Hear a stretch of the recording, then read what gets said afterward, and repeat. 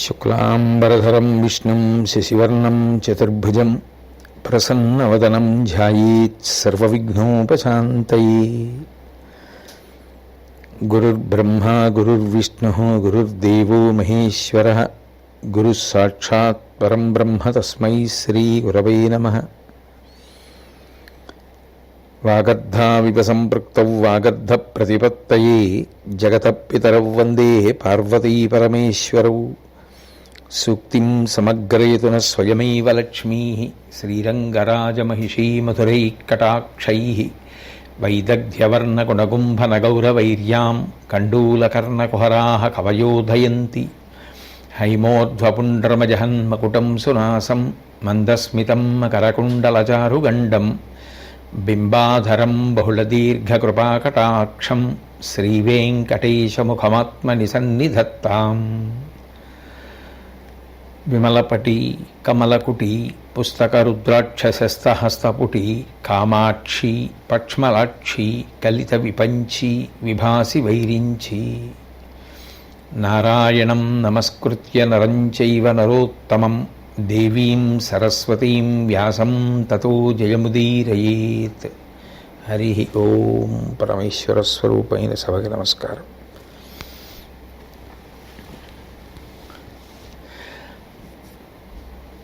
ఆరవ రోజు రాత్రి భీష్మాచార్యులతో మాట్లాడినటువంటి దుర్యోధనుడు ప్రశాంతంగా హాయిగా నిద్రపోయాడు.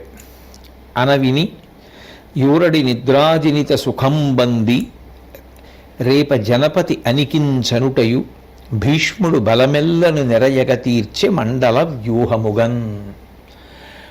ఆరవ రోజు రాత్రి నిద్రాకాలిక సుఖాన్ని పొందినటువంటి దుర్యోధనుడు మరునాడు ప్రాతకాలంలో లేచి కాలకృత్యములను తీర్చుకొని యుద్ధమునకు సన్నద్ధుడై కవచాన్ని ధరించి బయలుదేరాడు. ఈలోగా కౌరవ సైన్యానికి సర్వసైన్యాధిపతి అయినటువంటి భీష్మాచార్యుల వారు మండల వ్యూహంగా తీర్చిదిద్దారు.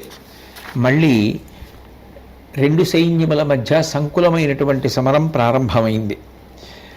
ధర్మరాజు గారు భీష్మాచార్యుల వారు పన్నినటువంటి మండల వ్యూహానికి ప్రతిగా దృష్టజ్యుమ్నుని చేత వజ్ర వ్యూహాన్ని రచింపచేశాడు.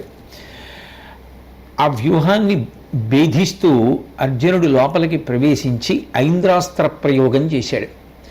ఆ ఐంద్రాస్త్ర ప్రయోగం చేసినటువంటి కారణం చేత ఉత్పన్నమైనటువంటి అనేకమైనటువంటి శస్త్రముల వలన బాణముల వలన అరిసైన్యమంతా కూడా చెల్లాచెదరైపోయింది. ఆ యుద్ధం జరుగుతున్నప్పుడే ద్రోణాచార్యుల వారితో యుద్ధానికి విరాటరాజు గారు వెళ్ళాడు. వెళ్ళి ద్రోణుడికి విరాట మహారాజుకి మధ్య గొప్ప యుద్ధం జరిగింది.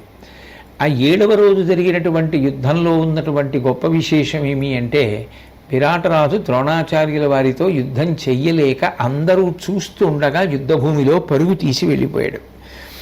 అలాగే భగదత్తుడితో యుద్ధం చెయ్యలేక ఘటోత్కచుడు యుద్ధభూమిని వదిలిపెట్టి పారిపోయాడు. ధర్మరాజుతో యుద్ధంలో శృతాయువు అట్లాగే యుద్ధభూమిని విడిచిపెట్టి పారిపోయాడు. భీష్ముడు గొప్ప యుద్ధం చేసి ఎందరో మహావీరుల్ని సంహరించాడు. భీష్మాచార్యుల వారి యుద్ధంలో మాత్రం ఎప్పుడూ ఏ విధమైనటువంటి మార్పు ఉండదు. అంత గొప్పగానూ ఆయన యుద్ధం చేస్తూ ఉంటారు. అంత గొప్ప యుద్ధము జరిగింది. జరిగిన తరువాత 8వ రోజు మళ్ళీ యుద్ధం ప్రారంభమైనప్పుడు భీష్మాచార్యుల వారు కూర్మ వ్యూహాన్ని పన్నారు. ధర్మరాజు శృంగాట వ్యూహాన్ని పన్నాడు. ఆ యుద్ధం ప్రారంభం అవగానే భీముడు సునాభుణ్ణి చంపాడు. ఆ సునాభుడు ధృతరాష్ట్రుని యొక్క కుమారులలో ఒకడు. ఎప్పుడైతే సునాభుణ్ణి చంపారో వాళ్ళు మిగిలినటువంటి సోదరులు భీమసేనుడి మీద కలియబడ్డారు. ఎట్లాగైనా భీముణ్ణి సంహరించాలనేటటువంటి ఉద్దేశ్యంతో అనేకమైనటువంటి ఆయుధాలతో భీముడి మీదకి యుద్ధానికి వచ్చారు.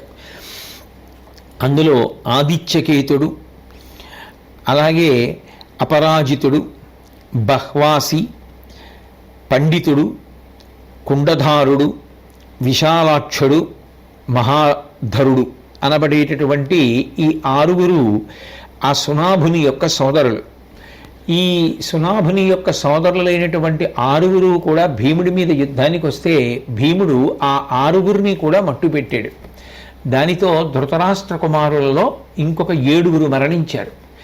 యుద్ధం ప్రారంభమైనటువంటి కొంతసేపటికే భీముడి చేతిలో ఆ 8వ నాటి యుద్ధంలో 7 సోదరులు మరణించారనేటటువంటి వార్త విన్నటువంటి దుర్యోధనుడు చాలా ఆగ్రహం చెందాడు. చేసి ఇక ఇట్లాగే యుద్ధం జరిగితే తన వైపు ఉన్నటువంటి బలమంతా క్షీణించిపోతోంది అని చెప్పి అందరూ కూడా చాలా దిగులు చెందారు కౌరవపక్షంలో. అట్లాగే భీముడు ఆనాడు సభలో చేసినటువంటి ప్రతిజ్ఞలన్నీ ఇవాళే నెరవేర్చేసుకునేటట్టుగా ఉన్నాడు. కౌరవులలో ఎవరిని బ్రతకనిచ్చేటట్టు లేడు అన్నంతగా భీముడు విజృంభించాడు. దానితో యథాప్రకారం దీనికి అంతటికీ కూడా కారణం భీష్మాచార్యుల వారే అన్నట్టుగా దుర్యోధనుడు భీష్ముని దగ్గరికి వెళ్ళాడు. వెళ్ళి ఆయనతో మాట్లాడుతూ, ఇమ్మెయిగిట్టి వాయుసుతుడేపున గోలుమసంగి పొంగిన తమ్ముల చంపగా అకట తప్పక చూచెదు కాని రోష శోకమ్ములు లేవు తోడుపడగాదని నిల్చితో ఉన్నవారు నొక్కొమ్మడి చావగోరీటులూరక యుండితో కౌరవోత్తమ అన్నాడు. ఎప్పుడు మాట్లాడినా ఆయన మనసుని బాణాలతో చీల్చినట్లుగా మాట్లాడతాడు. ఆయనను ఉద్దేశించి వాయుపుత్రుడైనటువంటి భీమసేనుడు ఇంత భయంకరమైనటువంటి యుద్ధం చేసి నా 7 సోదరుల్ని నువ్వు చూస్తుండగా చంపేశాడు. అట్లా చంపేస్తుంటే తప్పక చూచెదు గాని రోష శోకమ్ములు లేవు.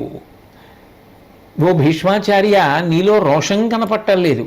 అయ్యో, నేను ఎటువైపు యుద్ధం చేస్తున్నానో అటువైపు ఉన్నటువంటి రాజైన దుర్యోధనుని యొక్క 7 సోదరులు నా కళ్ళ ముందు మరణించారనేటటువంటి శోకము నీ ఎందుకు కనపట్టలేదు. తోడుపడకాదని నిలిచితో నేనెందుకు వీళ్ళకి సహాయం చెయ్యాలని అలా నిలిచుండిపోయావో. ఉన్నవారు ఒక్కొమ్మడి చావగోరి ఇటు లూరక ఉండితో మిగిలినటువంటి వాళ్ళందరూ కూడా చచ్చిపోయిన తర్వాత అప్పుడు చూడొచ్చులేని ఊరుకుంటున్నావో. కౌరవోత్తమ, ఓ భీష్మ, నీ యొక్క స్థితి నాకు అర్థం కావట్లేదని తన 7 సోదరులు మరణించడానికి భీష్ముడు చూస్తూ ఊరుకున్నాడు అనేటటువంటి భావన పొంది ఆయనని విమర్శిస్తూ మాట్లాడాడు. అప్పుడు ఆ పలుకులు భీష్మాచార్యుల వారి చెవులకి బాణపు ములుకులు గుచ్చుకుంటే ఎలా ఉంటుందో అంత బాధని కల్పించి భీష్ముడు దుర్యోధనుడితో మాట్లాడుతాడు. ఇది మున్న ఏను ద్రోణుడు విదురుండును చెప్పినదయ విననప్పుడు బెట్టిదులకు పాండు తనూజులకెదురై నిర్జింపవశమే ఈశునకైనన్. ఓ దుర్యోధన, ఇట్లా జరుగుతుందని, పాండవులు అరివీర భయంకరులని, వాళ్ళని యుద్ధంలో గెలవడం సాధ్యం కాదని, చిట్ట చివరికి నువ్వు సమూలంగా అందరినీ పోగొట్టుకుంటావని, ఇబ్బందుల పాలవుతావని నేను చెప్పాను. గురువైనటువంటి ద్రోణాచార్యుల వారు చెప్పారు. నీతికోవిదుడైనటువంటి విదురుడు చెప్పాడు. ఎంతమంది చెప్పినా అప్పుడు చెప్పిన మాటలు నువ్వు వినలేదు, కానీ ఇప్పుడు మాకొచ్చి మాత్రం నువ్వు చెప్తున్నావు. ఏమిటి ప్రయోజనం? బెట్టిదులకు పాండు తనూజులకెదురై నిర్జింపవశమే. వాళ్ళు సామాన్యులైనటువంటి వాళ్ళు కారు, చాలా విశేషమైనటువంటి పరాక్రమోపేతులు. అటువంటి పాండవులకు ఎదురుపడి వాళ్ళ 5 చంపడం అనేటటువంటిది అంత తేలిక విషయం అనుకుంటున్నావా? వాళ్లతో యుద్ధం సాక్షాత్తు ఈశ్వరుడికి కూడా చాలా కష్టమైనటువంటి విషయం. అటువంటి పరాక్రమోపేతులు వాళ్ళు. మన కుమారులలోన ఆ అనిలతనయు బారి కగపడువాని నెవ్వారికైన కావదలకొన శక్యంబు కాదు మనకు అడల పని లేదు దీనికి అధిపతనయా. భీముడు విశేషమైనటువంటి రోషంతో ఉన్నాడు, కోపంతో ఉన్నాడు. అటువంటి భీమసేనుడికి ఎవరైనా ఎదురుపడితే, నీ సోదరులలో ఎవ్వరైనా సరే ఎదురుపడితే ఆయనలో ఒక్కసారి ఆ కోపం, పరాక్రమం, శౌర్యం, పాత జ్ఞాపకాలు విజృంభిస్తాయి. అలా విజృంభించి యుద్ధానికి వచ్చి మట్టు పెట్టాలని భీముడు నిర్ణయం తీసుకుని యుద్ధం చేస్తే భీముణ్ణి నిగ్రహించడం ఎవరికీ సాధ్యం కాదు. ఎంతటి శూరుడు కూడా భీముని ఆపలేడు. ఎందుకంటే ఆ సమయంలో ఉండేటటువంటి భీమ పరాక్రమం అలా ఉంటుంది. కాబట్టి ఈ దుస్థితి ఏర్పడుతుంది అని మనకు తెలిసి ఉన్నదే కదా, ఇప్పుడు ఏడవలసిన పని ఉంది. ఒకసారి యుద్ధానికి భీముడు రోషంతో వచ్చిన తరువాత సామాన్యంగా ఉండదని నీకు ఎందరో చెప్పారు. నువ్వు ఎవరి మాట లక్ష్య పెట్టకుండానే కదా యుద్ధానికి వచ్చావు. వచ్చిన తరువాత మరి ఇటువంటి పరిస్థితే జరుగుతుంది. జరిగిన తర్వాత ఇప్పుడు శోకించవలసిన అవసరం ఏముంది? కాబట్టి శోకించకు. వీరస్వర్గము ధనముగ బోరుము, నీవింకా ఒండు బుద్ధులు ఉడుగుము. ఏం పోరెద ఓపినమి, తెగి పోరంగ జయమైన దాని పోత్రోచదమే. ఓ దుర్యోధన, ఇక నువ్వు చేసేటటువంటి యుద్ధంలో ఒక విషయాన్ని బాగా జ్ఞాపకం పెట్టుకో. వీరస్వర్గం అలంకరించడం కోసమని మనం అందరం యుద్ధం చేస్తున్నాము అన్న విషయం స్ఫురణలో ఉంచుకో. తప్ప నీవింకా ఒండు బుద్ధులుడుగుము, అంతకన్నా ఏదో ఇతర ప్రయోజనం జరుగుతుందని నువ్వు కోరవద్దు. అంటే దాని అర్థం ఏమిటి? ఈ యుద్ధానికి మనం అందరం ఎందుకు వచ్చాము అంటే యుద్ధంలో చచ్చిపోయి వీరస్వర్గం పొందుతాం, అంతే ప్రయోజనం. తప్ప ఈ యుద్ధంలో గెలిచి మనం జయం పొంది భూమిని పరిపాలిస్తామనేటటువంటి ఆశ నువ్వు పెట్టుకోవద్దు. అది సాధ్యమయ్యేటటువంటి విషయం కాదు. కాబట్టి యుద్ధం చేసి వీరస్వర్గం పొందడానికి సిద్ధంగా ఉండు. ఆ మార్గంలో మిగిలిన వాళ్ళు వెళ్ళిపోతున్నారు, మొదలైపోయింది. దానికి శోకించవలసిన అవసరం ఏముంది? ఇదే కదా ఇంతకుముందు అందరూ నీకు చెప్పింది. చెప్పినా వినకుండానే కదా యుద్ధానికి వచ్చావు. అందరూ చెప్పింది ఏదో అదే జరుగుతోంది. ఏం పోరెద ఓపినమెయ్యి, నాకు ఓపికన్నంత వరకు ఒళ్ళు దాచుకోకుండా నేను యుద్ధం చేస్తాను. తెగిపోరంగ జయమైన దాని పోత్రోచదమే. ఒకవేళ మనకి విజయమే తటస్థించింది అనుకో, మాకు ఆ విజయం అక్కర్లేదు, మాకు వీరస్వర్గమే కావాలి అని చెప్పి మనం ఆ విజయాన్ని కాలదన్నుకుంటామా ఏమి? అనుకోకుండా విజయము తటస్థిస్తే స్వీకరించడానికి మనం ఎప్పుడూ సిద్ధంగా ఉంటాం అని చెప్పిన తరువాత దుర్యోధనుడు మనసులో చీకాకు ఉన్న నిష్ఠుర సత్యం కాబట్టి అంగీకరించి వెళ్ళిపోయాడు. వెళ్ళిపోయిన తర్వాత సంజయుడు ఈ కథనంతటినీ ధృతరాష్ట్రుడితో చెప్తుంటే ధృతరాష్ట్రుడు సంజయుడితో అంటాడు, అస్త్రగురువైనటువంటి ద్రోణాచార్యుడు మన వైపు ఉన్నాడు, దేవతలు కూడా గెలవడానికి సాధ్యం కానటువంటి భీష్మాచార్యుడు మన వైపు ఉన్నాడు. ఈ ఇద్దరూ మన వైపుండి యుద్ధం చేస్తుంటే నా కుమారులు మరణించడం ఏమిటి?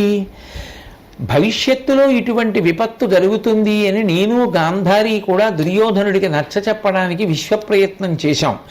కానీ ఆ దుర్యోధనుడు మా మాటలు వినలేదు. దాని ఫలితాన్ని ఇప్పుడు అనుభవిస్తున్నాడు. ఎప్పుడెప్పుడు కౌరవులు విజృంభించారు, భీష్ముడు విజృంభించాడు, పాండవ పక్షానికి విశేషమైనటువంటి నష్టం జరిగింది అని విన్నాడో అప్పుడప్పుడు ధృతరాష్ట్రుడికి మనసులో ఆశలు చిగురుస్తుంటాయి, ఏమో మనం యుద్ధంలో గెలుస్తామేమోనని.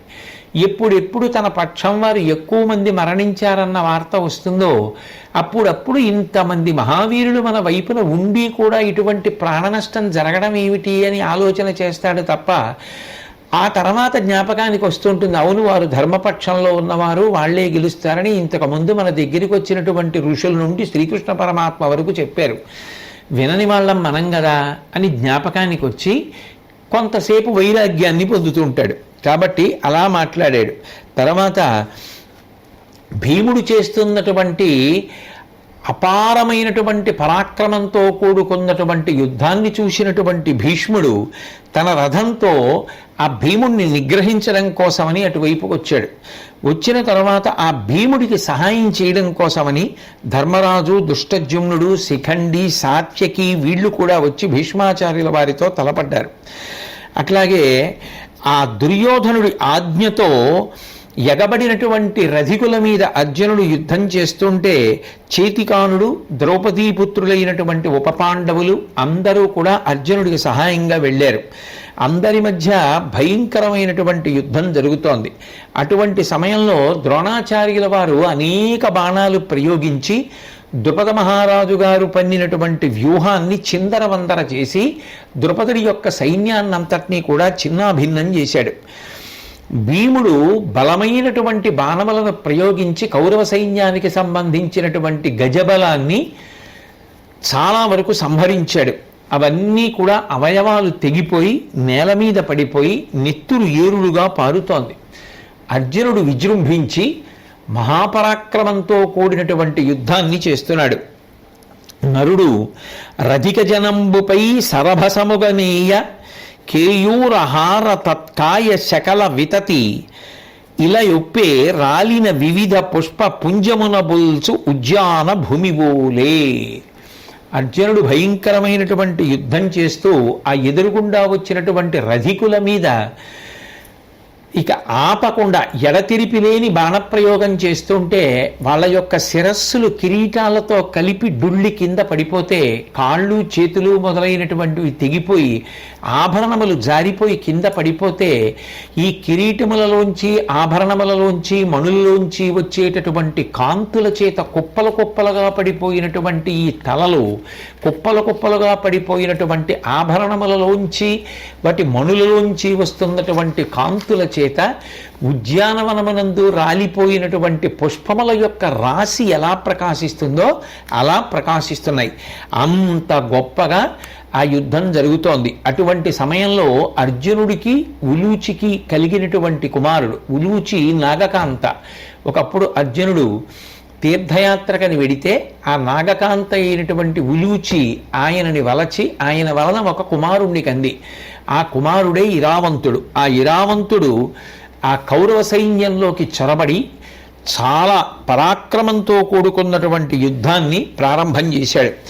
ఆ ఇరావంతుణ్ణి చూసినటువంటి శకుని యొక్క తమ్ముళ్ళు 6 కూడా గుర్రాల మీద బయలుదేరి వచ్చి ఆ గుర్రాల గుంపునంతటినీ కూడా ఇరావంతుడి మీదకి తోలి ఆ ఇరావంతుడితో యుద్ధం 6 కలిసి చేస్తూ ఆయనని బాగా నొప్పించి అంతకుముందే ఇరావంతుడి యొక్క గుర్రం 6 చుట్టూ నిలబడి యుద్ధం చేస్తున్నప్పుడు వాళ్ళు విసిరినటువంటి ఆయుధముల చేత దెబ్బతిని ఉన్న కారణం చేత ఆయన ఎక్కినటువంటి గుర్రం కింద పడిపోయింది. కింద పడిపోతే ఇరావంతుడు భూమి మీదకి దిగి విజృంభించి ఆ శకుని యొక్క సోదరులు 6 యుద్ధం చేస్తున్నాడు. మనం గుర్రాల మీద ఉండి నేల మీద ఉన్నటువంటి ఇరావంతుడితో యుద్ధం చేయడంలో మనకి ఒడుపు లభించట్లేదు. ఆ ఒడుపు లభించని కారణం చేత మనం ఇరావంతుడిని సంహరించలేకపోతున్నాం. కాబట్టి మనం కూడా నేల మీదకే దిగిపోయి యుద్ధం చేద్దామనేటటువంటి ఒక తప్పు నిర్ణయాన్ని తీసుకుని ఆ 6 శకుని సోదరులు గుర్రాలు దిగిపోయి ఇరావంతుడిని చుట్టుముట్టి యుద్ధం ప్రారంభం చేశారు. చెయ్యగానే ఇరావంతుడు అవకాశం చిక్కిందని చెప్పి తన యొక్క కత్తితో 6 కూడా 2 ముక్కలుగా నరికేశాడు. 6 కలిసి 12 ముక్కలుగా పడిపోయారు. దానితో శకుని యొక్క సోదరులు 6 కూడా మరణించారు. ఇది చూసినటువంటి దుర్యోధనుడు ఇరావంతుడు విజృంభిస్తున్నాడని చెప్పి మాయాయుద్ధంలో చాలా నేర్పరి అయినటువంటి అలంబసుని పిలిచి ఆ ఇరావంతుడితో యుద్ధం చేయమన్నాడు. ఆ ఇరావంతుడు గొప్ప అశ్వసేనతో యుద్ధం చేస్తున్నాడు. ఆ వచ్చినటువంటి అలంబసుడు తనకున్నటువంటి మాయా విద్యల చేత గొప్ప ఆశ్విక దళాన్ని సృష్టించి ఇరావంతుని యొక్క ఆశ్విక దళాన్నంతటినీ కూడా నాశనం చేశాడు. చేసిన తరువాత ఇరావంతుడు వెంటనే తన తల్లి అయినటువంటి ఉలూచిని స్మరించాడు. ఆ ఉలూచి నాగకాంత అయినటువంటి కారణం చేత ఆమె యొక్క ప్రభావము వలన ఆ నాగలోకమునందు ఉండేటటువంటి ప్రభావము వలన నాగవంశమునకు సంబంధించినటువంటి ఇంద్రజాల విద్య వలన ఆయన మనసులో స్మరించినంత మాత్రం చేత అనేకమైనటువంటి నాగుల సమూహం వచ్చి ఆయనని అనుగమించింది. ఆయన మాయ చేత ఆదిశేషుడి యొక్క రూపాన్ని పొందాడు. ఆదిశేషుడి రూపం ఎలా ఉంటుందో అటువంటి రూపాన్ని పొంది అలంబసుడి మీద యుద్ధానికి వెళ్ళాడు. అయితే చిన్న పొరపాటు ఏం జరిగింది అంటే ఈయన ఆదిశేషుడి వంటి వేషాన్ని పొంది నాగుల యొక్క సమూహంతో అలంబసుడి మీద యుద్ధానికి వెడితే అలంబసుడు గరుత్మంతుని యొక్క రూపాన్ని పొందాడు. ఎందుకని అంటే అటు అలంబసుడు కూడా మాయా విద్యలో మాయతో యుద్ధం చెయ్యడంలో బహునేర్పరి అయిన కారణం చేత గరుత్మంత రూపాన్ని పొందాడు. అడరిన దానవుండు గరుడాకృతి గైకొని మాయతోడ లోబడ భుజంగములం పొదివి పట్టి రయంబున మృంగి అప్పుడు చేట్పడు నరుపట్టి కంఠము కృపాణమునం తెగవ్రేయ మిది నింబడి మొగమొప్పే పూర్ణ శశిభాతి వికారము లీని చెన్నువన్. ఆ అలంబసుడు గరుత్మంతుని యొక్క రూపాన్ని పొంది ఇరావంతుడు ఆదిశేషుడి యొక్క రూపంతో ఉండి మిగిలినటువంటి నాగసమూహం యొక్క బలంతో యుద్ధం చేస్తుంటే వాటినన్నిటినీ కూడా తినేశాడు. తినేసి వెంటనే వచ్చి ఆ ఇరావంతుని యొక్క తల పట్టుకొని తన యొక్క కత్తితో అతని మెడ తరిగేసి కింద పడేశాడు. కింద పడేస్తే భూమి మీద పడిపోయినటువంటి ఇరావంతుని యొక్క తల ఏ విధమైనటువంటి తేజస్సుని కోల్పోకుండా కళకళలాడుతూ పౌర్ణమి నాడు చంద్రబింబం ఎలా ఉంటుందో అలా నవ్వుతూనే ఉంది. అంటే ఆఖరి సమయంలో ప్రాణం విడిచిపెట్టేసే ముందు కూడా యుద్ధంలో ప్రాణాన్ని విడిచిపెట్టేయడం అనేటటువంటిది వాళ్ళకి అంత సంతృప్తినిచ్చేటటువంటి విషయం తప్ప పిరికితనం అనేటటువంటిది లేని మహావీరులు. ఆ కారణం చేత అర్జునుడికి ఉలూచికి జన్మించినటువంటి ఇరావంతుడు అలంబసుడి చేతిలో మరణించాడు. ఆ తరువాత సోదరుడు మరణించడం చూసినటువంటి ఘటోత్కచుడు పరమ భయంకరమైనటువంటి యుద్ధం చెయ్యడం కోసమని తన శూలాన్ని పట్టుకుని బయలుదేరి యుద్ధభూమిలోకి వచ్చాడు. నిజానికి 8వ రోజు జరిగినటువంటి యుద్ధంలో మెరుపులు ఇరావంతుడు చేసినటువంటి యుద్ధం, ఘటోత్కచుడు చేసినటువంటి యుద్ధం కూడా ఉన్నాయి. కాబట్టి ఆ ఘటోత్కచుడు శూలం పట్టుకుని వచ్చి ఎంత ఆశ్చర్యకరమైన యుద్ధం చేశాడు అంటే, ఏదో పువ్వులన్నీ తెచ్చి ఏరి అక్కడ పెట్టి సూది చేత్తో పట్టుకుని ఒక్కొక్క పువ్వు సూదికి ఎక్కిస్తూ దండ ఎలా గుచ్చుతారో అలా తాను పట్టుకున్నటువంటి శూలానికి ఆ ఏనుగుల్ని, గుర్రాల్ని, సైనికుల్ని అందరినీ గుచ్చుకుంటూ వెళ్ళిపోయాడు. అంత రోషంతో కూడుకున్నటువంటి యుద్ధాన్ని తన సోదరుడైనటువంటి ఇరావంతుడు మరణించాడు అనే క్రోధంతో ఆ ఘటోత్కచుడు చెయ్యడం మొదలుపెట్టాడు. అంత గొప్ప యుద్ధం చేస్తుంటే ఆ ఘటోత్కచుడు కౌరవ సేనలో ఉన్నటువంటి ఏనుగులన్నింటినీ కూడా తునాతునకలు చేసేస్తున్నాడు. అప్పుడు ఇక దుర్యోధనుడు ఘటోత్కచుడిని నిగ్రహించకపోతే ప్రమాదము అని గుర్తిరిగి తానే బయలుదేరి ఘటోత్కచుడి మీదకి యుద్ధానికి వచ్చి కొన్ని బాణములను ఘటోత్కచుడి మీద ప్రయోగించాడు. ఆగ్రహించినటువంటి ఘటోత్కచుడు శక్త్యాయుధాన్ని ఎత్తి దుర్యోధనుడి మీద వేయడానికి ప్రయత్నించాడు. ఈలోగా దుర్యోధనుడికి అడ్డంగా వంగదేశానికి సంబంధించినటువంటి రాజు వచ్చిన కారణం చేత ఆ ఘటోత్కచుడు విసిరినటువంటి శక్త్యాయుధం ఆ వంగరాజు ఎక్కినటువంటి ఏనుగు మీద పడి ఆ ఏనుగు కుప్పకూలిపోయింది. ఆ భీష్ముడు ఈ ఘటోత్కచుడు వంగదేశపు రాజు యొక్క ఏనుగుని చంపిన తరువాత చేసినటువంటి సింహనాదాన్ని విన్నాడు. విని దుర్యోధనుడు అక్కడున్నాడు. దుర్యోధనుడితో ఘటోత్కచుడు యుద్ధం చేస్తున్నాడు. మహామాయావి గొప్ప రాక్షస సైన్యం ఉన్నవాడు. ఆ ఘటోత్కచుడి చేతిలో దుర్యోధనుడికి ఏమైనా ఇబ్బంది కలుగుతుందేమోనన్న ఆలోచన చేత వెంటనే మిగిలినటువంటి చాలామందిని తీసుకుని ఘటోత్కచుడి మీద యుద్ధానికి దుర్యోధన సంరక్షణ కొరకు భీష్ముడు బయలుదేరి వచ్చాడు.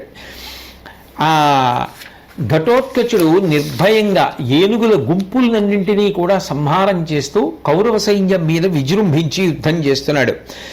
ఇలా కౌరవ సైన్యాన్ని చీల్చి చెండాడుతూ యుద్ధం చేస్తున్నటువంటి ఆ ఘటోత్కచుడి యొక్క ఉద్ధతిని చూసి ద్రోణుడు మొదలైనటువంటి వాళ్ళు కూడా వచ్చి ఆయన్ని నిగ్రహించడానికి విశ్వప్రయత్నము చేశారు. అంత గొప్ప యుద్ధాన్ని చేసిన తరువాత ధర్మరాజు గారు చూసి ఆ భీముడితో ఒక మాట అన్నాడు. అవతల పాంచాల రాజు యొక్క బలాన్ని మనం కాపాడుకోవాలి. అదేవిధంగా అక్కడ దుర్యోధనుడితో నీ కుమారుడైనటువంటి ఘటోత్కచుడు యుద్ధం చేస్తున్నాడు. ఆ ఘటోత్కచుడి మీదకి ఇతర వీరులు కూడా వెళ్ళారు. కాబట్టి ఇప్పుడు ఘటోత్కచుడిని కూడా రక్షించుకోవాలి. ఇక్కడ పాంచాల సైన్యాన్ని కాపాడడానికి మనకి అర్జునుడు ఉన్నాడు. కాబట్టి ఘటోత్కచుడిని రక్షించుకోవడానికి మనం వెడదామని బయలుదేరి అక్కడికి వచ్చారు.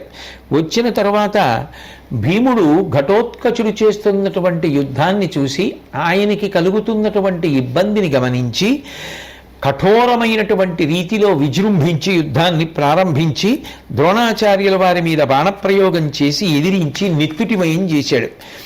అలాగే భీముడు కోపంతో బాణం ప్రయోగించి ఆ ద్రోణుడు మూర్ఛపోయేటట్టుగా చేశాడు.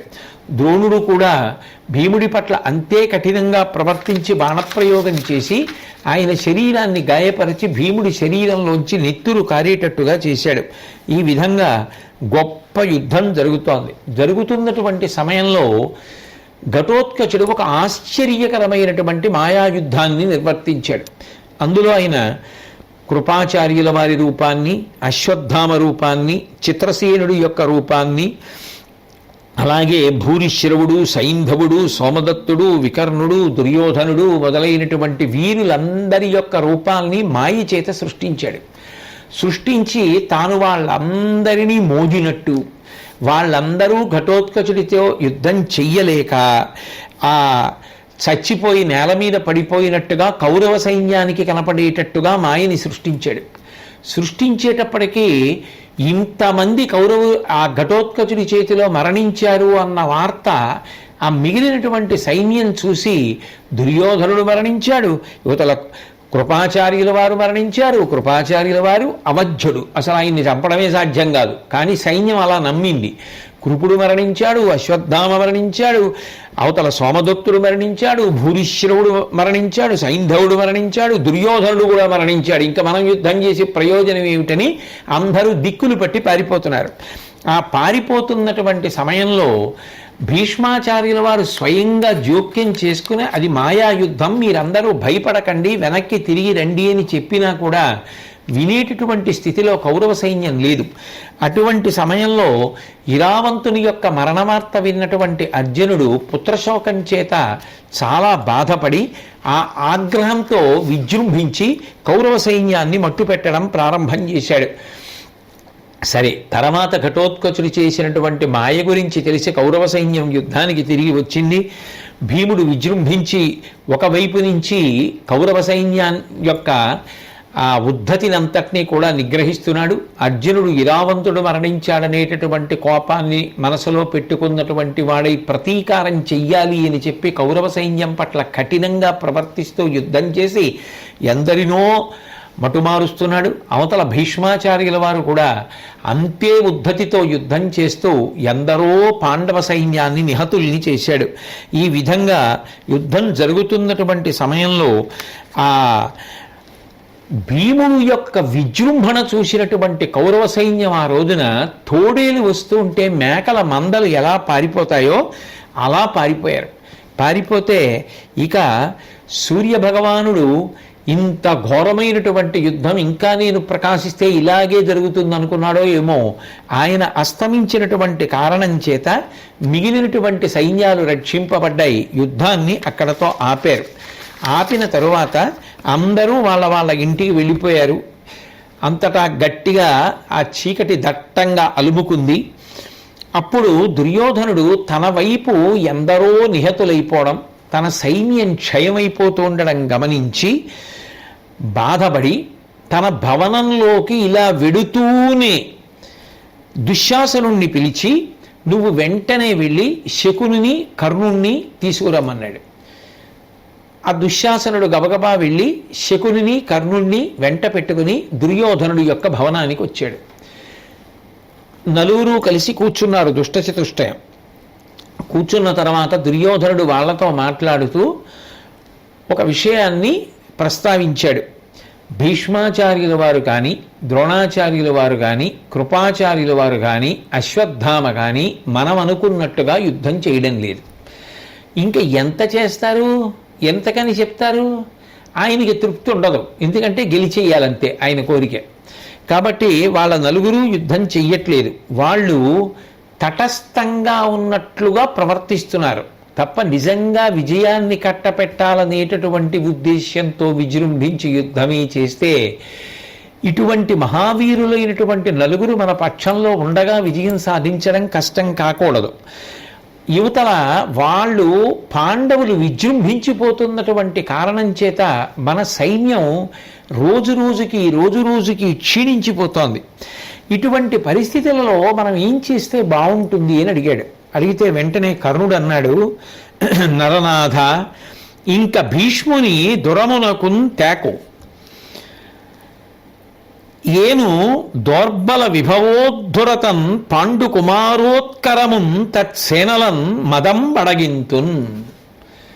ఇటువంటి దారుణమైనటువంటి సలహా ఇంత నీచమైనటువంటి సలహా, ఇంతగా అవతల వారి యొక్క ఖ్యాతిని తగ్గించేటట్టుగా మాట్లాడగలిగినంత చౌకబారు సలహా బహుశಃ లోకంలో ఎవరు ఇవ్వరు. కర్ణుడు దుర్యోధనుడితో మాట్లాడుతూ అన్నాడు, నరనాథ ఇంక భీష్ముని దొరమనకున్ తేకము. నువ్వు వెళ్ళి భీష్మాచార్యుల వారితో చెప్పి, ఇంకా మీరు యుద్ధం చెయ్యొద్దండి, ఇంకా మాకు అక్కర్లేదు మీ యుద్ధం, మీరు రాకండి అని చెప్పేసి. ఏను దౌర్బల విభవోద్ధురతన్, నేను అపారమైనటువంటి పరాక్రమంతో యుద్ధానికి వచ్చి విజృంభిస్తాను. అంటే భీష్మాచార్యుల వారిని తీసేస్తే అప్పుడు తన యుద్ధానికి వస్తాడు. భీష్ముడి దగ్గరికి వెళ్ళి, మీరేమి సరిగా యుద్ధం చేయలేకపోతున్నారండి, అందుకని మీరు రాకండని దుర్యోధనుడు చెప్తే అప్పుడు కర్ణుడు వచ్చేస్తాట, వచ్చేసి చక్కబెట్టేస్తాట. పాండుకుమారోత్కరమున్ తత్సేనలన్ మదం బడగింతున్, నేను వచ్చి ఆ పాండవుల 5గురిని కూడా ఎదుర్కొని వాళ్ళ మదం అణిగిపోయేటట్టుగా ఆ పాండవ సైన్యాన్నంతటినీ కూడా దునుమాడేస్తాను, అటువంటి యుద్ధం చేసేస్తాను. కాబట్టి నువ్వు వెళ్ళి భీష్ముడితోటి ఇక యుద్ధానికి రావద్దని చెప్పేసేయి అన్నాడు. అని పలికిన విని దుశ్శాసను కనుగొని, మనము ఓయి శాంతనవుని భండన ముడిపి వత్తమని చెప్పి నరేంద్రుడు వీడుకొల్పె పెరవారి తగన్. ఈ మాట కర్ణుడు చెప్పగానే చెవికెక్కుతుంది కదా దుర్యోధనుడికి. దుశ్శాసనుడి వంక చూసి, మనం ఇప్పుడే బయలుదేరి భీష్ముడి యొక్క శిబిరానికి వెడదాం, వెళ్ళి భీష్ముడితో చెప్పేద్దాం, అయ్యా చాలండి మీరు చేసిన యుద్ధం, ఇక మీరు యుద్ధానికి రావద్దని చెప్పేద్దాం, సిద్ధంగా ఉండు అని చెప్పి కర్ణుణ్ణి శకునిని పంపించేసి భీష్మాచార్యుల వారి యొక్క శిబిరానికి వెళ్ళడం కోసమని సిద్ధపడి పన్నీరు, అత్తరు మొదలైనటువంటి సుగంధ ద్రవ్యములు కలిపినటువంటి నీటితో స్నానం చేసి మంచి పట్టుబట్టలు కట్టుకుని ఉత్తరీయం వేసుకుని పూలదండలు మెడలో అలంకారం చేసుకుని గొప్పగా వెలిగిపోయేటటువంటి బంగారు ఆభరణములనన్నింటినీ కూడా ధరించి రత్నములు పొదిగినటువంటి రథాన్ని ఎక్కి వంది మాగది మొదలైనటువంటి వారు స్తోత్రం చేస్తుండగా అక్కడ ఉన్నటువంటి రక్షకులందరూ కూడా రక్షక భటులు మొదలైనటువంటి వారు బెత్తాలు పట్టుకొని పక్కకి తొలగండి అంటూ ఉండగా దుర్యోధనుడు చాలా మెల్లగా ఆ రథం మీద బయలుదేరి భీష్మాచార్యుల వారి యొక్క శిబిరానికి చేరుకొని దుశ్శాసనుడి యొక్క చేయి పట్టుకుని చాలా విలాసంగా భీష్ముడి మందిరంలోకి అనుమతి తీసుకుని వెళ్ళి ఆయన పాదములకు నమస్కరించి ఆయనని కూర్చోమ్మని పక్కనే ఒక బంగారు పీఠం మీద కూర్చుని భీష్ముడితో మాట్లాడడం ప్రారంభం చేశాడు. చేస్తూ, నిను మున్యంతయు నమ్మి పాండవుల ఉన్మేషంబునే చిరికింకొనని పోరెడు చందముల్ తెలియపెక్కుల్ సూచితిన్, చేరి నయంబిచ్చచు నొంప నూల్కొనక వారింపట్టి పాలార్చెదు ఉండన నీరంగురు ముఖ్య, ఇంక ఇట నీ వాలంబు సాలింపవే. ఓ భీష్మాచార్య, మొదటి నుంచి కూడా నేను నిన్ను నమ్మి పాండవుల్ని లక్ష్యం చెయ్యకుండా ఉన్నాను. ఎందుకని అంటే పాండవులు వృద్ధిలోకి వస్తున్నా ఏం పర్వాలేదు, యుద్ధం అంటూ వస్తే వాళ్ళు మన జోలికి వస్తే మన వైపు భీష్ముడు ఉన్నాడని నమ్మి ఉన్నాను. కానీ ఇప్పుడు జరుగుతున్నటువంటి పరిస్థితిని గమనిస్తే, నువ్వు యుద్ధం చేస్తున్నటువంటి తీరుని జాగ్రత్తగా పరిశీలిస్తే నువ్వు యుద్ధాన్ని కఠినంగా చెయ్యట్లేదు, చాలా మెత్తదనాన్ని చూపిస్తున్నావు. ఎంతసేపు పాండవులకు నొప్పి కలగకూడదు అనేటటువంటి లక్ష్యాన్ని మనసులో పెట్టుకుని యుద్ధం చేస్తున్నావు తప్ప నిజంగా యుద్ధం చేసి పాండవుల్ని పాండవ సైన్యాన్ని మట్టు పెట్టాలనేటటువంటి ఊహని మనసులో లేనట్టుగా కనపడుతోంది. అందుకే వాళ్ళు చేతికి చిక్కినా నువ్వు వాళ్ళని ఏమీ చెయ్యవు. కాబట్టి ఇక నువ్వు మా పక్షాన యుద్ధం చెయ్యక్కర్లేదు, రేపు ఉదయం నుంచి నువ్వు యుద్ధం ఆపు చేసేయి అన్నాడు.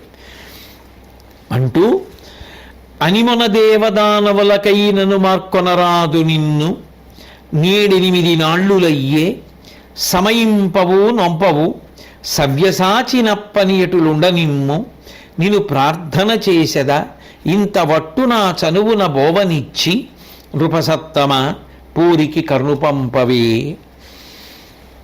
ఓ భీష్మ, నిజంగా యుద్ధంలో నువ్వు తలుచుకుంటే దేవతలు కూడా నీతో సమానంగా యుద్ధం చెయ్యలేని రీతిలో యుద్ధం చేసి నిగ్రహించగలవు. అంతేకాదు, ఇవాళకి 8 రోజులు అయిపోయి యుద్ధం మొదలుపెట్టి, కానీ ఇప్పటికి కూడా నువ్వు అర్జునుణ్ణి చంపలేదు. ఆ మాట అలా ఉంచు. నేను నిన్ను వేడుకునేది ఒక్కటే, దయచేసి రేపటికి నువ్వు యుద్ధానికి రావద్దు. రేపటి నుంచి నువ్వు యుద్ధం మానేస్తే కర్ణుడు వస్తాడు. కర్ణుడు వస్తే అర్జునుణ్ణి కాదు మిగిలిన పాండవుల్ని కూడా నిగ్రహిస్తాడు. అసలు భీష్మాచార్యుల వారి తప్పు ఏమైనా ఉందా? ఆయన ముందే చెప్పాడు, అర్జునుడితో నేను యుద్ధం చెయ్యలేను, అర్జునుడికి నాకన్నా బాణాలు ఎక్కువ తెలుసు, శిఖండి విషయంలో నాకు వ్రతం ఉంది, వ్రతాన్ని నేను తప్పలేను కాబట్టి శిఖండితో యుద్ధం చెయ్యను, అట్లాగే పాండవులను చంపను దొరికినా కూడా, ఎందుకంటే మీరెంతో నాకు పాండవులంతే, ఇవన్నీ చెప్పిన తరువాతనే మీరు మాకు సర్వసైన్యాధిపతిగా ఉండండి అని పట్టాభిషేకం చేశాడు. ఇప్పుడు నువ్వు అర్జునుణ్ణి చంపట్లేదు, అర్జునుణ్ణి చంపకపోతే అర్జునుడు మన సైన్యాన్ని చంపేస్తున్నాడు, కాబట్టి నువ్వు మాకు యుద్ధం చెయ్యొద్దు అంటే, అంత పెద్ద ఆయన, అంత గౌరవాన్ని సంపాదించుకున్న ఆయన పరువు మర్యాద ఏమైపోవాలి అంటే భీష్ముడు బాధపడి, అమ్మాట మనమునకు వాలమ్మై తాకుటయు భీష్ముడత్యంత విషాదమ్మున ఇంచుకొబడి మౌనమ్ము తగం తాల్చియుండే నతవదనుండై. నిజంగా ఒక్కొక్కసారి భారతం చదువుతున్నప్పుడు ఈ పద్యాల వంక చూసినప్పుడు అనిపిస్తుంది, ఆనాడే భీష్ముడు చనిపోయాడు అనిపిస్తుంది. మానసికంగా భీష్ముడు ఇందుకు చనిపోదాం ఇంకా అని నిర్ణయానికి వచ్చాడేమో అనిపిస్తుంది. ధర్మరాజు గారు అడిగాడని కాదు, ఇంకా ఈ పక్షాన ఉండి ఎంతకాలం యుద్ధం చేస్తాడు, అసలు యుద్ధానికి వచ్చింది ఎందుకు, ఇంకెంతకాలం శరీరంలో ఉంటాడు, ఆయన వసూలిలోకి వెళ్ళిపోవాలి, జరగవలసిన పెద్ద యుద్ధం జరిగిపోతోంది, తాను మరణించాలి అంటే వరప్రసాదిగా వచ్చినవాడు శిఖండి, ఆ శిఖండి ఎదురుపక్షంలో ఉంటే తప్ప తన మీద బాణప్రయోగం జరగదు, శిఖండి అర్జునుడికి బంధువు కాబట్టి అర్జునుడి పక్షాన యుద్ధం చేస్తున్నాడు, అర్జునుడి బాణములు తప్ప తన పడగొట్టగలిగినవి లేవు, అర్జునుడు తనకి శత్రువుగా నిలబడడం అనేటటువంటిది ఈ యుద్ధంలో మాత్రమే సంభవం అవుతుంది. ఇంత గొప్ప రాజు, ఇంత ధర్మాన్ని పాటించేటటువంటి వాడు ఇంటి పట్టున ఉండి రోగంతోటో ఏ కారణం లేకుండానో శరీరాన్ని వదిలిపెట్టకూడదు. వాళ్ళకి యుద్ధంలో శరీరాన్ని విడిచిపెట్టడమే మర్యాదతో కూడుకున్న విషయం. కాబట్టి ఇంతకన్నా అవకాశం లేక ఆయన యుద్ధానికి వచ్చాడు. ధర్మం తప్పలేదు. వచ్చినప్పుడే చెప్పాడు, నేను పాండవులను చంపను, అర్జునుడితో యుద్ధం చేయడం, శిఖండితో యుద్ధం చేయడం సాధ్యం కాదని చెప్పాడు. ఇన్ని చెప్పినా ప్రతిరోజు యుద్ధభూమిలో మనసుని తూట్లు పొడిచేసి ఆ దుర్యోధనుడు వచ్చి తాతగారన్న గౌరవం లేదు, సర్వసైన్యాధిపతి అన్న గౌరవం లేదు, వంశాన్నంతటినీ మహాత్యాగంతో నిలబెట్టినటువంటి మహాత్ముడన్న గౌరవం లేదు, ధర్మాత్ముడన్న గౌరవం లేదు, ఆయన వంటి జ్ఞాని ఆ కాలంలో భూమి మీద ఎవ్వడూ లేడన్న మర్యాద లేదు, లోకంలో ఏ ఒక్క వీరుడు ఆయన ముందు నిలబడలేడు, అటువంటి వాణ్ణి తన కింద పనిచేసే ఒక ఉద్యోగిలా వాడుకుని అందరినీ చంపితే రాజ్యాలు ఏలుకుంటానని అడగడం ఏమిటన్న సిగ్గు లేదు. నిరంతరం ఆ దుర్యోధనుడితో ఈ మాటలు పడుతూ యుద్ధభూమికి వెళ్ళడం కన్నా ఇక నేను ఏ ప్రయోజనం కోసం యుద్ధానికి వచ్చానో ఆ ప్రయోజనం కోసం ఇక శరీరాన్ని విడిచిపెట్టేస్తే అయిపోతుంది అని బహుశः ఇంత దారుణమైనటువంటి అవమానం పొందిన తరువాత భీష్ముడు నిర్ణయించుకుంటే అందులో ఆశ్చర్యం ఏముంటుంది? లేకపోతే అంతటి మహానుభావుణ్ణి పట్టుకొని అర్జునుణ్ణి నిగ్రహించాడు కాబట్టి 8 రోజులు యుద్ధం నడిచింది. భీష్ముడే లేకపోతే, అర్జునుణ్ణి నిగ్రహించేవాడే లేకపోతే ఎప్పుడూ అయిపోతుంది యుద్ధం. లెక్క దుర్యోధనుడు ఆగుతాడా అర్జునుడి ముందు? కానీ నిజంగా ఆయన ఇంత కష్టపడితే ఈ కితాబ్ ఇచ్చినప్పుడు అంతటి భీష్ముడి యొక్క స్థితిని తిక్కన గారు నిజంగా శాబ్దిక ప్రత్యక్ష ప్రసారం చేశారు. ఎంత బాధపడిపోయాడు అంతటి మహానుభావుడు. నిజానికి ఆ క్షణంలోనే ప్రాణం పోయినంత బాధపడి ఉంటాడు ఆ అవమానకరమైన మాటలకి. అందుకే ఆ మాట మనమునకు వాలమ్మై తాకుటయు, వాడి బాణం వచ్చి గుండెల్లో గుచ్చుకుపోతే ఎంత బాధ కలుగుతుందో అంత బాధ పొందాడు భీష్ముడు. భీష్ముడు అత్యంత విషాదమ్మున ఇంచుకోబడి మౌనమ్ము తగం తాల్చియుండే నతవదనుండై. ఇంతటి మహానుభావుడు తల ఉంచేసుకుని ఏమీ మాట్లాడలేక, నోట మాట రాక ఇంతటి మహానుభావుడు రాజ్యాన్ని తృణప్రాయంగా విడిచిపెట్టి వీళ్ళకి ఇచ్చినవాడు ఇవాళ సర్వసైన్యాధ్యక్ష పదవి నుంచి ఇంచుమించు తొలగింపబడుతుంటే ఆయనకది ఎంత సంపేయడం కన్నా దారుణమైన విషయం కదా. అంత బాధ పొంది దుర్యోధనుడితో మాట్లాడుతూ అప్పుడు కూడా నిజంగా అటువంటి నిగ్రహం పాటించాడు, అలా మాట్లాడాడంటే ఎంత గొప్ప విషయం. కరవాలం తీసి తల తీసావు పారేయగలడు తలుచుకుంటే దుర్యోధనుడిని. అయినా ఎంత మర్యాద పాటించాడు. తలకొని నీకుం ప్రాణంబులు దాపక యోపినట్లు పోరగా ఇమ్మై పలుకదగుని అక్కట నా వలనంకల భక్తి ఎల్ల వమ్మున కలయన్. నీకోసం ఇంత వయస్సులో కూడా ప్రాణాలు దాచుకోకుండా, ఒళ్ళు దాచుకోకుండా అంత కష్టపడి యుద్ధం చేశానే ఈ 8 రోజులు. ఇంత కష్టపడి యుద్ధం చేసిన తర్వాత నువ్వు నా దగ్గరికి వచ్చి ఇంత దారుణమైన మాటలు మాట్లాడచ్చా? ఇంత కఠినంగా మాట్లాడడం అనేటటువంటిది అసలు న్యాయమా నీకు? నేను ఇంతకాలం నుంచి నిజానికి చూపించినటువంటి రాజభక్తి అంతా ఏమైపోయినట్టు తలుచుకుంటే అసలు ఆయన రాజుగా ఉండవలసిన వాడు. ఆయన పట్టిన వ్రతానికి వీళ్ళకి రాజ్యం ఇచ్చాడు. ఇచ్చి ఆయన రాజుల పట్ల చూపించవలసిన భక్తిని చూపించాడు. ఏమి ధర్మమూర్తి! అటువంటి నా రాజభక్తి అంతా కూడా బూడిదలో పోసిన పన్నీరు అయిపోలేదా? ఇంత కష్టపడి యుద్ధం చేసిన తర్వాత నువ్వన్న మాటల చేత నేను ఎంత చిన్నబుచ్చుకున్నానో, ఎంత బాధపడుతున్నానో గమనించట్లేదా? అర్జునుణ్ణి చంపలేదు అని అదే పనిగా అంటున్నావు కదా. నీకు ఒక మాట చెప్తాను విని దుర్యోధన. కాల్పడే మహనీయ ఖాండవం బింద్రుని సమర గణంబుతో విముకు చేసి బహుదివ్య శరముల వడయడే ఒక్కటి పవరాన మిప్పించి శివుని చేత గంధర్వులకు నోడి కర్ణుండు నీ తమ్ములును బార విడిపించుకొనడి నిను నను ద్రోణు అతని పుత్రు కృపు కర్ణు గెలిచి విరాటు గోవుల కొనండే తక్కు పెక్కులెడల పెక్కండ్రని ఏమేమి చేసే వినమే అట్టి జెట్టి ఇన్ని దినములిట్లు తొడరి పెనగియు నీ చేత నేడు వినగవలసే వేడి పలుకు. దుర్యోధన, నా గురించి అంత తేలిగ్గా మాట్లాడావే, అర్జునుడిని చంపలేదు అంటున్నావు. ముందే చెప్పాడు కదా ఆయన, అన్ని బాణాలు నాకు తెలియవని.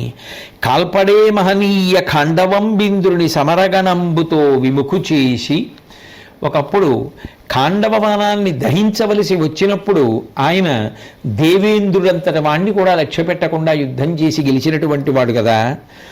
బహుదివ్య శరముల వడయడే ఒక్కటి పవరాన మెప్పించి శివుని చేత, ఒక్కడే పరమశివుడితో యుద్ధం చేసి శంకరుణ్ణి మెప్పించి ఆయన వలన దివ్యమైనటువంటి అస్త్రములను పొందినటువంటి వాడు. గంధర్వులకు నోడి కర్ణుండు నీ తమ్ములను పార విడిచిపించుకొనడే నిన్ను. ఒకనాడు ఘోషయాత్రకని నువ్వు బయలుదేరి వస్తే గంధర్వులు నిన్ను ఓడించి పట్టుకుపోతుంటే నీ తమ్ముడు మొదలైనటువంటి వాళ్ళందరూ, కర్ణుడు మొదలైనటువంటి వాళ్ళు పారిపోతే నిన్ను విడిపించుకున్నటువంటి వాడు అర్జునుడు కాడు, ఆ గంధర్వుల్ని ఓడించి. అలాగే ఆ విరాట నగరంలో ఉన్నటువంటి గోవుల్ని మనం తీసుకొచ్చేస్తున్నటువంటి సందర్భంలో అర్జునుడు ఒక్కడే యుద్ధానికి వచ్చి నన్ను గురువైన ద్రోణుణ్ణి, అతని కుమారుడైనటువంటి అశ్వత్థామని, కృపాచార్యుల వారిని, కర్ణుణ్ణి, ఇంతమందిని ఒక్కడే గెలిచి ఆవులన్నింటినీ వెనక్కి తోడుకుపోయాడు కదా. ఇవే కావు, ఎన్నో సందర్భాలలో యుద్ధాలు చేసి గెలుపొందినవాడు అన్న విషయం మనందరికీ కూడా తెలుసు కదా. అట్టి మహానుభావుడు, అంతటి మహావీరుడైనటువంటి అర్జునుణ్ణి ఇన్ని రోజుల నుంచి ఆపి మన సైన్యాన్ని కబళించేయకుండా కాపాడుకొచ్చాను అంటే యుద్ధంలో నేను ఎంత కష్టపడ్డానో నీకు తెలియలేదా? అవన్నీ వదిలిపెట్టేసి ఇవాళ నువ్వు మాట్లాడకూడనటువంటి మాటలన్నీ మాట్లాడుతున్నావే.